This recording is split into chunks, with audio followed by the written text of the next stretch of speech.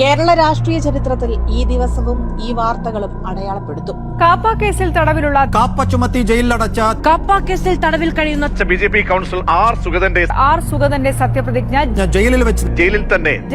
ജയിലിനുള്ളിൽ വെച്ച് സത്യപ്രതിജ്ഞ ചെയ്തു. യഥാർത്ഥമായ വിശ്വാസവും കൂറും പുലർത്തുമെന്നും ഭയശങ്കയോ മമതയോ വാത്സല്യമോ വിദ്വേഷമോ കൂടാതെ നമ്മുടെ തെരഞ്ഞെടുപ്പ് ചരിത്രമെടുത്താൽ കേസിൽ പ്രതി ചേർക്കപ്പെട്ടവർ മത്സരിച്ചിട്ടുണ്ട്. ജയിലിൽ കിടന്ന് മത്സരിച്ചവർ വിജയിച്ചിട്ടും പരാജയപ്പെട്ടിട്ടുമുണ്ട്. പക്ഷേ ജനപ്രതിനിധിയായ ഒരാൾ ജയിലിൽ സത്യപ്രതിജ്ഞ ചെയ്യുന്നത് ആദ്യമാണ്. മാത്രമല്ല, സമൂഹത്തിന് ഭീഷണിയാണെന്ന് കണ്ട് കാപ്പ ചുമത്തപ്പെട്ട ഒരു ക്രിമിനൽ ജനപ്രതിനിധിയായി സത്യപ്രതിജ്ഞ ചെയ്യുന്നത് കേരള ചരിത്രത്തിൽ ആദ്യമാണ്.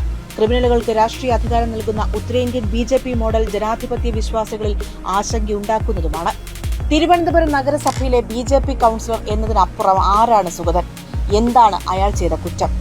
8 വർഷത്തിനിടെ 25 കേസുകൾ, 12 ഗുരുതര കുറ്റകൃത്യങ്ങൾ, 5 വധശ്രമ കേസ്, ഭീഷണിപ്പെടുത്തൽ, ഭീകരാന്തരീക്ഷം സൃഷ്ടിക്കൽ, ആയുധം ഉപയോഗിച്ച് പരിക്കേൽപ്പിക്കൽ, തട്ടിക്കൊണ്ടുപോകൽ, വാഹനം തകർക്കൽ.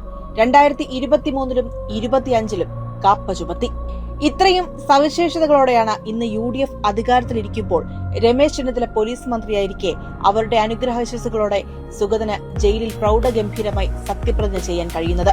2026 ജൂലൈ മാസം 9-നാണ് സുഗതൻ അവസാനമായി കാപ്പ ചുമത്തി അറസ്റ്റിലാകുന്നത്.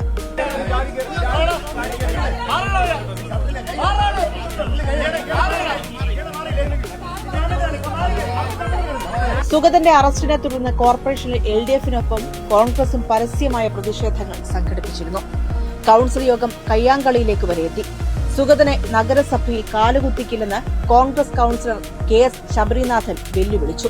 പക്ഷേ അവിടെയാണ് എന്റെ സംശയം. തലസ്ഥാനത്ത് കിലോമീറ്ററുകൾ വ്യത്യാസത്തിൽ സ്ഥിതി ചെയ്യുന്ന കോർപ്പറേഷനിലും സെക്രട്ടേറിയറ്റിലും കോൺഗ്രസ് അധികാര കേന്ദ്രങ്ങൾക്ക് 2 നിലപാടാണോ?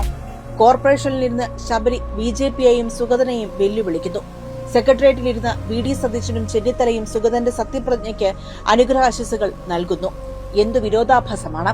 സുഗതന എന്ന് ഞാൻ നിയമാനുസരണം നടപ്പിലാക്കിയ ഇന്ത്യൻ ഭരണഘടനയോട് യഥാർത്ഥമായ വിശ്വാസവും കൂറും പുലർത്തുമെന്നും ഭയശങ്കയോ മമതയോ വാത്സല്യമോ വിദ്വേഷമോ കൂടാതെ ഞാൻ എന്റെ ഔദ്യോഗിക കർത്തവ്യങ്ങൾ യഥാവിധിയും വിശ്വാസതയോടും കഴിവും അറിവും വിവേചന ശക്തിയും ഉപയോഗിച്ചുകൊണ്ട് നിർവഹിക്കുമെന്ന് ഈശ്വരനാമത്തെ സത്യപ്രതിജ്ഞ ചെയ്യുന്നു. 25 തവണ സാധാരണക്കാരന്റെ സ്വൈര്യ ജീവിതത്തെ വെല്ലുവിളിച്ച, അതിൽ 12 അതീവ ഗുരുതരമെന്ന് പോലീസ് റിപ്പോർട്ട് ചെയ്ത, 8 തവണ മനുഷ്യരെ കൊല്ലാൻ ശ്രമിച്ച, നാട്ടിൽ ബോംബെറിഞ്ഞ് ഭീകരാന്തരീക്ഷം സൃഷ്ടിച്ച, വാഹനം അടിച്ചു തകർത്തയാൾ പറയുകയാണ്, ഇന്ത്യൻ ഭരണഘടനയോട് യഥാർത്ഥമായ വിശ്വാസവും കൂറും പുലർത്തുമെന്നും.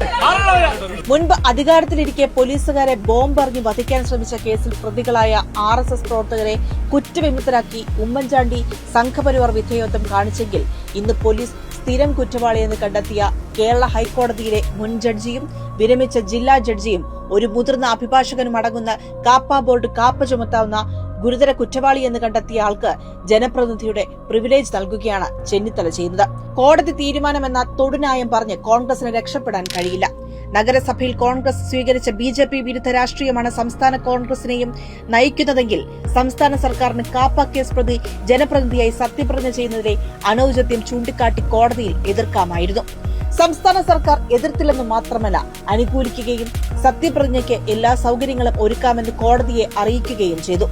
വെറുതെയല്ലോ VD സതീശൻ പ്രീഡർമാരായി സംഘപരിവാറുകാരെ നിയമിച്ചത്. ഉത്തരേന്ത്യയിലായാലും ഈ കേരളത്തിലായാലും എന്ന് തീരുമാനിക്കും ഇവരുടെ സംഘപരിവാർ വിധേയത്വം?